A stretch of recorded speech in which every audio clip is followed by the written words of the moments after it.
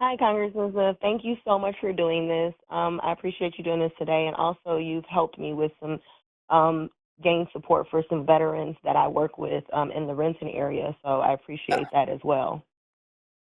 no problem. So Glad my to. question is about okay, my question is about the thousands of people in King County that depend on residential treatment facilities funded by Medicare and Medicaid to care for them while receiving treatment for mental illness and substance use disorders, which actually prevent them from being homeless in our communities.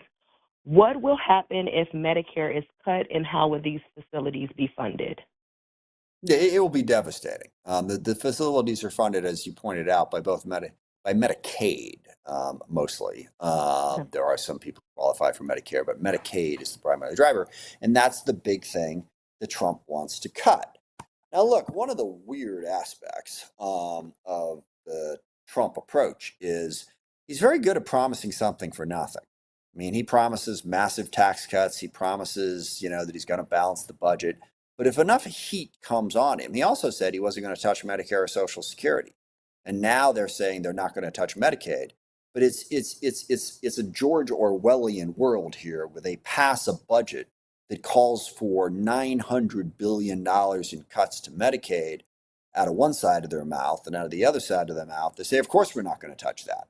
Well, I think we need to hold them to that. And you cite a very good example and a good way to do that. If you have these Medicaid cuts, those residential treatment facilities that are crucial to helping us deal with the drug problem are just severely crippled in their ability to help people.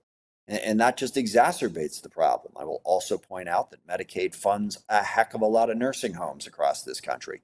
And long term care is a crucial challenge that we face.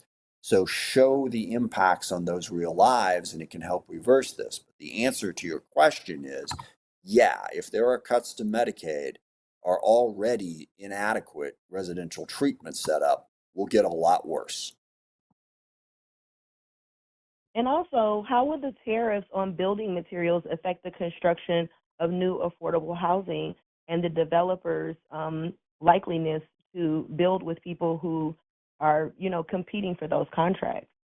Yeah, no, it'd be devastating. And that was the conversation I had with the master builders a couple of days ago, where they walked through what goes into building a house, and sheetrock is a pretty big part of it. And if you put a 25% tariff on Mexico and 70% of our sheetrock comes from Mexico, it's not a particularly complicated math problem to see how that's going to drive up the prices.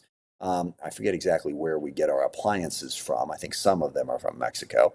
But if you're building a house, I mean, a house has got to have an oven. It's got to have a washer and washer, dryer, refrigerator.